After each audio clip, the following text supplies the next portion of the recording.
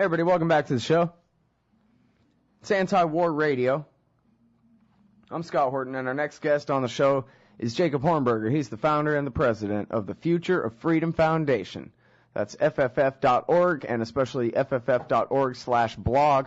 And the Future Freedom Foundation, of course, has as fellows and writers real libertarian greats like Anthony Gregory, James Bovard, Sheldon Richman, and on like that.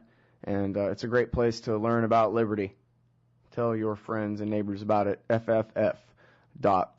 Which actually, with a web address like that, Jacob, first of all, welcome to the show. Hey, great. Nice to be back, Scott. All right, now, first of all, what I was going to say there was, with FFF.org as your URL, that means that you must have got that thing back in 1994 or 95 or whatever when they were first inventing those, right?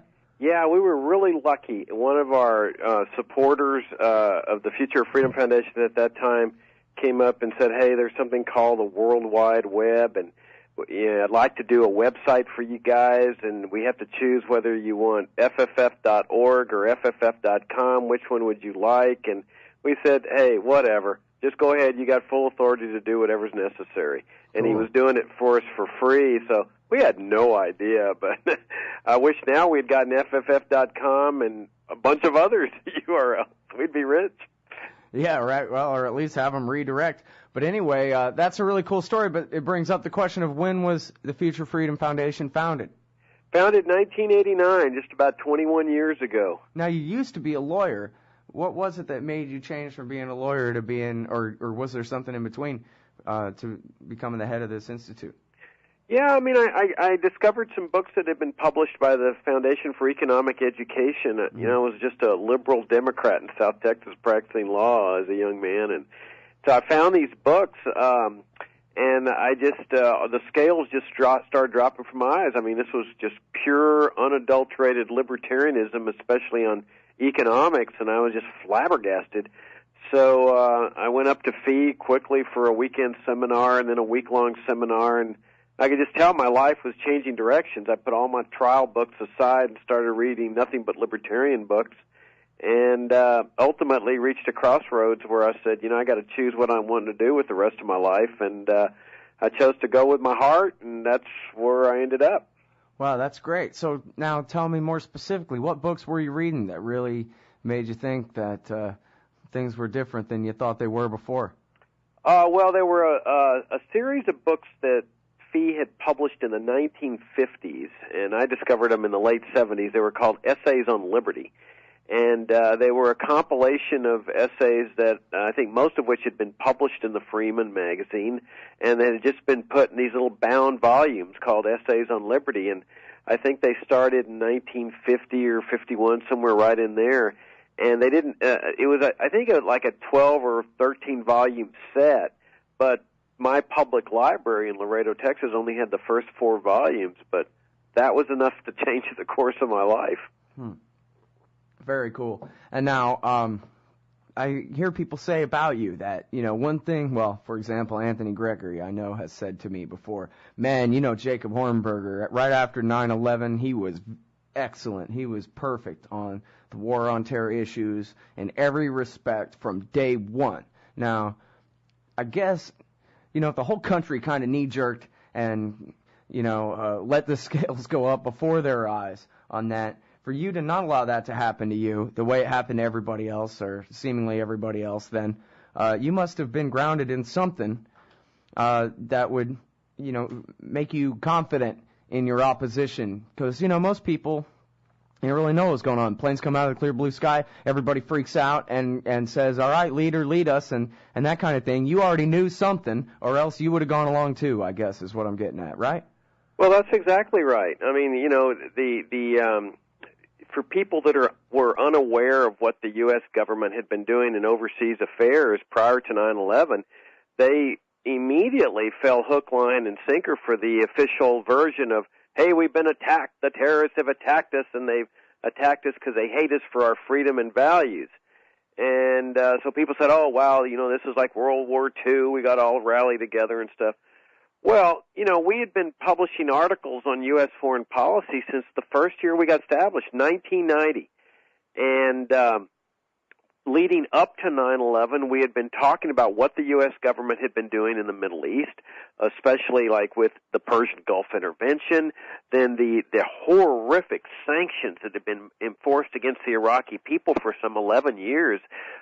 We showed that these were contributing to the deaths of, hundreds of thousands of Iraqi children, that the anger was boiling over in the Middle East over this. And then, we pointed to Madeleine Albright's infamous statement that the deaths of these 500,000 children were worth it. That was what she told 60 Minutes. And so we were publishing articles before 9/11 saying, look, you've got to stop this because this is going to lead to a terrorist attack on American soil. And I was saying it, Sheldon Richman was saying it in the articles that we were publishing. They're on our website. So when 9/11 hit, it was like, we told you so. I mean, we told you this was going to happen if you continued letting the government do these horrific things to people in the Middle East. Well, of course, we got drowned out with all the, the terrorists and all this. And we stood fast. We published an article right away, I did, that said, is it too soon to start questioning U.S. foreign policy? And, of course, we were getting inundated with hate mail and, hate America and all that nonsense. Well, now, 11 years later, we're getting a lot of people back saying, hey, you guys were right the whole time.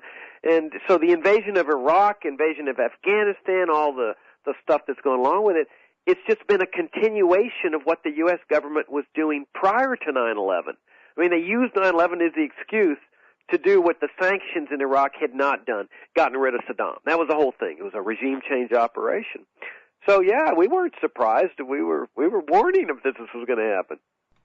Well, and I guess Chalmers Johnson emphasizes that the reason that they call blowback and not just consequences is it kind of has its own little special definition, which is that it's consequences of policies that the American people don't know about. Usually, I guess they mean covert operations, but even still, like the strangulation of Iraq through the 1990s, that wasn't a topic of discussion really at all. And of course they try to tie the 9/11 attack to Saddam Hussein, but it wasn't Iraqis who did it. It was Saudis and Egyptians and Yemenis who did it, but partly as revenge for what was being done to the people of Iraq. Well, yeah, and Chalmers Johnson's story is really interesting, too, because he was actually doing the same thing. Prior to 9/11, he had published this book, Blowback, where he predicted this is what's going to be the outcome of this U.S. foreign policy. And Chalmers Johnson, I mean, this is a guy that served as a consultant to the CIA. I mean, nobody doubts his credentials. Well, like us, everybody ignored the book. But as soon as 9/11 hits, all of a sudden people start realizing, my gosh, Johnson was predicting this before 9/11, and so the book soared. And since then, he's published 3 fantastic books. I mean, I'd recommend them to everybody. I think they're sort of like the definitive case.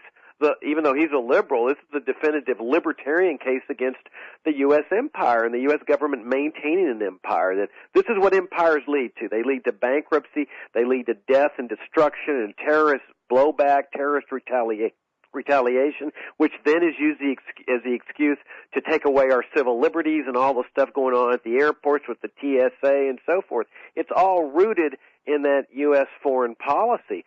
And you're right. They were trying desperately to link Saddam Hussein with the 9/11 attacks. I mean, it was a logical deduction they made that, we've been killing all these children, so it's logical to think that Saddam Hussein would be the one who retaliates. But they were also trying to find a link so they could say, we've been attacked, now the Department of Defense is defending us in this invasion of Iraq. Well, they never found the link. That's why they had to concoct the WMD excuse and then later on the democracy spreading excuse to really wage just a war of aggression regime change operation.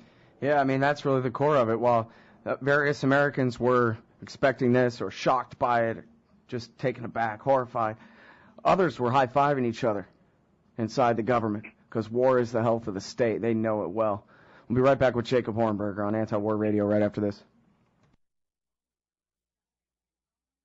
All right, y'all, it's Anti-War Radio. Talking with Jacob Hornberger, founder and president of the Future Freedom Foundation at FFF.org. And, Jacob, you were talking about Chalmers Johnson and the Blowback trilogy there, and now he's actually got a fourth one out. I don't have it right in front of me. I forget the title. Dismantling the Empire. Right. Well, and see, that was exactly where I was going. Good title.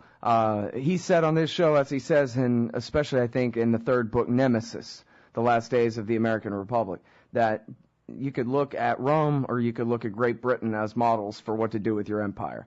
And once, basically the Romans just pushed it and pushed it and pushed it until the whole thing completely exploded.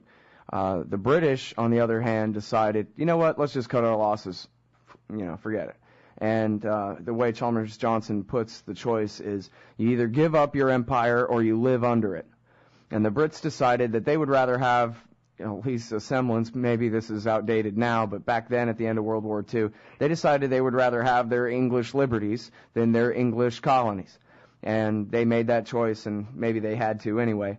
But they turned it over to us, and we grabbed it and, inherited as well the colonies of virtually all of the European empires and the Japanese too, and now rule the world. And the question is, it seems like, as you were saying, when you tie in the TSA and Homeland Security and the rest of this madness, that this is the choice that we face. We either give up our empire or we live like Fallujans under the boot heel of the American military, national security, police state. Well, that's right. I mean, that's the real choice facing Americans. I mean, I know there's a lot of people getting mad about the gropers at the airports and the body scanners where the people are peering at what people look like and stuff. But, that's just hitting the branches of the weed.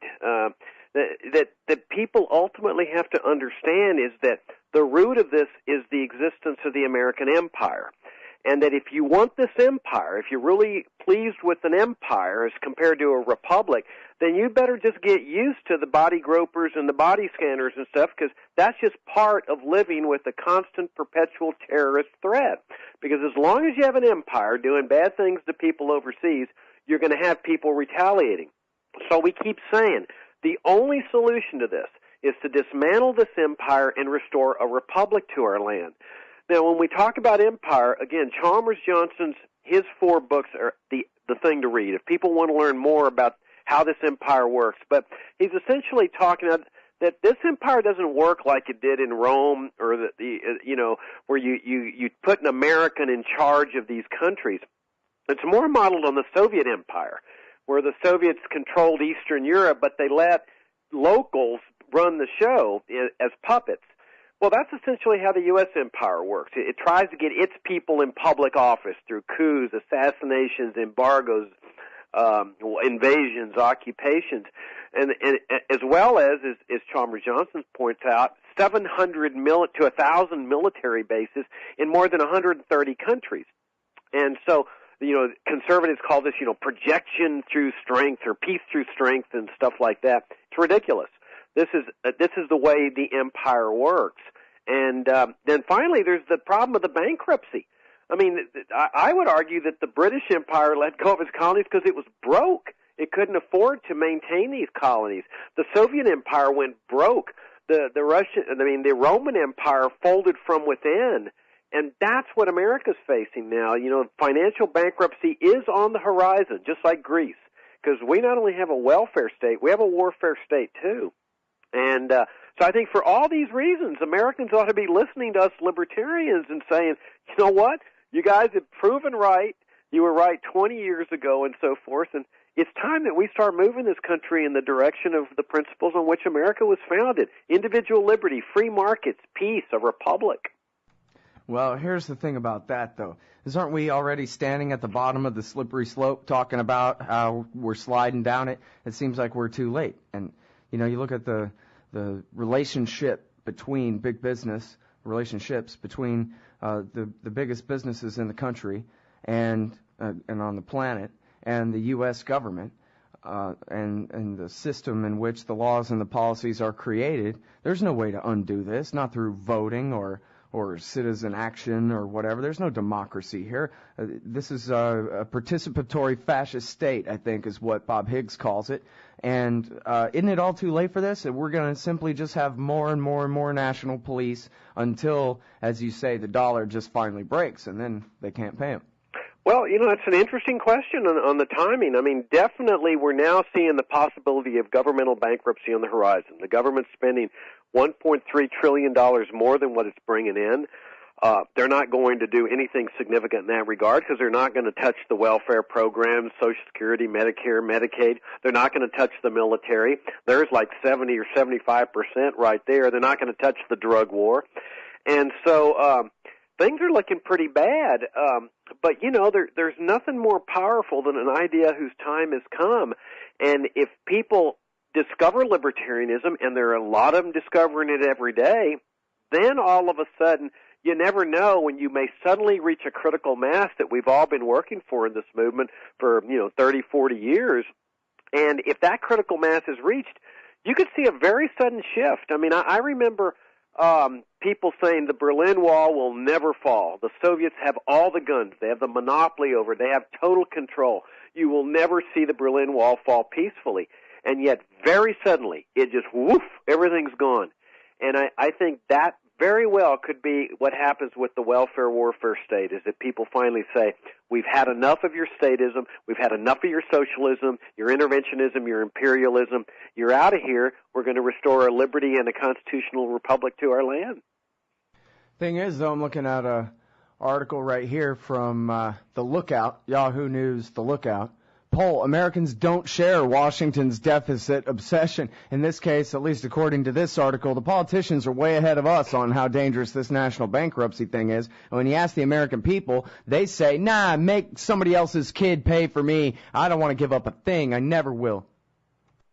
Well, that's the welfare state mentality. I mean, that's what's inculcated in every kid from the time he's 6 years old, that the purpose of government is to take money from one group of people and give it to another group of people, that's freedom and free enterprise, that freedom is having all these troops overseas that are dying for our freedom. I mean, they inculcate all these myths, but again, nothing is set in stone. Sure, we live in a society in which people love their welfare, they love their warfare, but now they're getting mugged by reality. They see what the Federal Reserve is doing to destroy this currency. I mean, they're flooding newly printed money into this society that is at an incredible rate, that people are seeing the gold market, and they're getting nervous. I mean, that's what's interesting. People are getting nervous, and they're getting angry because, like, of what's going on at the airport with the body gropers and the body scanners. Well, when people get nervous and angry, maybe they'll start thinking a little bit and starting to say, the root of this is statism. And maybe it's time to adopt what the libertarians are saying, to dismantle these programs rather than reform them or fix them and so forth. So, Jacob, here's the thing. If we have a world empire and it's making us broke, then I guess my best idea is that the truth that the world empire is making us broke would be the best weapon you and I could have to ending that empire and making us less broke, which I think would be our goal. So how do we do that? Well, I really think our best weapon, I think that's maybe our second best. I think our best weapon is the moral argument. That it's just wrong. It's morally wrong for government to be going abroad and involving itself in the affairs of other nations, trying to influence elections, engaging in assassination, regime change, like they did in Iran in 53 and Guatemala 54, like they tried to do to Castro. I mean, and what they did in Iraq and then later in Afghanistan. I mean, all this whole process of empire assassinations, interventions. I really think we need to question the morality of the right or wrongness of it. And then secondarily, the financial debacle that's resulting from this. And I'm not sure. I mean, that's a moral question, too. There are people living in their Toyotas right now, if they're lucky, in this country. That's a moral wrong, too, isn't it? Taxing everybody out of their house and home? Well, that's right. Yeah. I mean, because these things are not cheap. I mean, George W. Bush, when he invaded Iraq, thought that he was going to get some coalition of the willing, and when they didn't show up, he thought, well, I can take Iraq's oil and this will be a self-funding operation, and that didn't work out. And so who's paying for this thing? Well, the Chinese communists loaned him the money to do it, which is disgraceful in and of itself, that he would go to the Chinese communists to get the money to do this thing. But now that they got to start paying back this debt, and who's going to be paying it? The poor people, and especially, that's where the inflation's most likely going to fall, is on the impact of, it's going to impact on people that don't really know how to protect themselves from what's coming, and that's usually the poorer people in society. And yeah, there's a deeply moral argument there in terms of, and look at the young people of this country. They're having a terribly difficult. They're essentially poor. The ones they're getting off their parents' allowance from college and so forth. They're now starting their lives out. I read where 80% are living at home still because they can't afford to go out and get a place to live. And in large part, that's because of this heavy tax burden of Social Security, Medicare taxes, the warfare state taxes, and so forth. So I'm not sure we really need to let people know of the financial consequences of this. It's reality mugging people in the face. Reality sometimes has an interesting way of piercing through all the delusions of this is a Department of Defense. It's ridiculous. It's a Department of Empire and War. Defense is sort of like what Switzerland does. Switzerland sits back, doesn't involve itself in the affairs of any other country, doesn't assassinate people, and says, don't ever invade us, because if you invade us, you're going to pay the price, because they're all well armed and they're well trained and they're citizen soldiers effectively. Well, so this is what's happening in this country. I think reality's mugging people, and they're starting to realize, oh my gosh, this really is a bad thing. They haven't quite reached what the reason is. They haven't drawn the link that this is massive government spending, not for freedom and free enterprise, not to establish peace in the world. It's to maintain this gigantic monstrosity, domestic welfare empire, and a foreign warfare empire. Well, you think that Noam Chomsky and them are right, that really what this is a class war? It's the most powerful people, the people who are already the richest among us, who control the state, and are using it against the poor. And as you say, it's, you didn't use these exact words, but you described how inflation works as this hidden tax. People know their prices are going up, but they don't know why. And it's the people who, have bread and milk as a major portion of their budget who are affected by this the most. And then, of course, because people don't understand why the prices are rising, the central bankers always end up blaming the working people for finally getting a raise, when really, when it comes to cost of living increases and so forth, people who work for hourly wages are going to be the last ones to finally get a little bit. Here's your 25 cents to try to keep up with the cost of living. And then I remember distinctly Alan Greenspan testifying before the Congress years ago that, if we have any more upward pressure on wages, that's going to cause inflation, when these are the people who are the last ones to catch up. And it really does seem like, the billionaires are just using the state to kill the rest of us. They don't care if they turn this country into Iraq. They really don't. Well, I really think it's a battle that is not so much a class warfare as much it is a warfare between statism and libertarians. I think on one side of the battleground are the statists, and mostly liberals and conservatives, the people that honestly believe that government should be taking care of people, Social Security, Medicare, Medicaid, grants, subsidies, and foreign aid, and bank bailouts, and so forth, corporation grants, or that government should be punishing people for ingesting the wrong substances, or government should be managing the economy, and that government should be ruling the world, policing the world. Libertarians oppose all that. So I think this is the real battle. It's statism versus libertarianism. And the statists, yes, they have control. They have a lust for power. They have a lust for money. But I think that comes in all classes. I think people strive to reach government power for the prestige and the adulation and for the money that's dropping in their pockets from the lobbyists and so forth.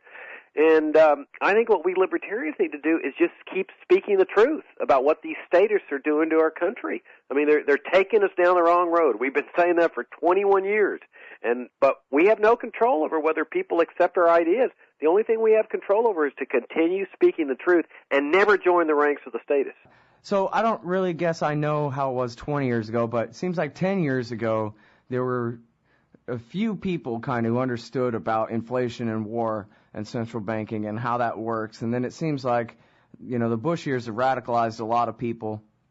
And then, of course, the Ron Paul campaign for president a couple of years back really did a lot to disseminate libertarian understandings of economics and the tie between central banking and, that is inflation and war.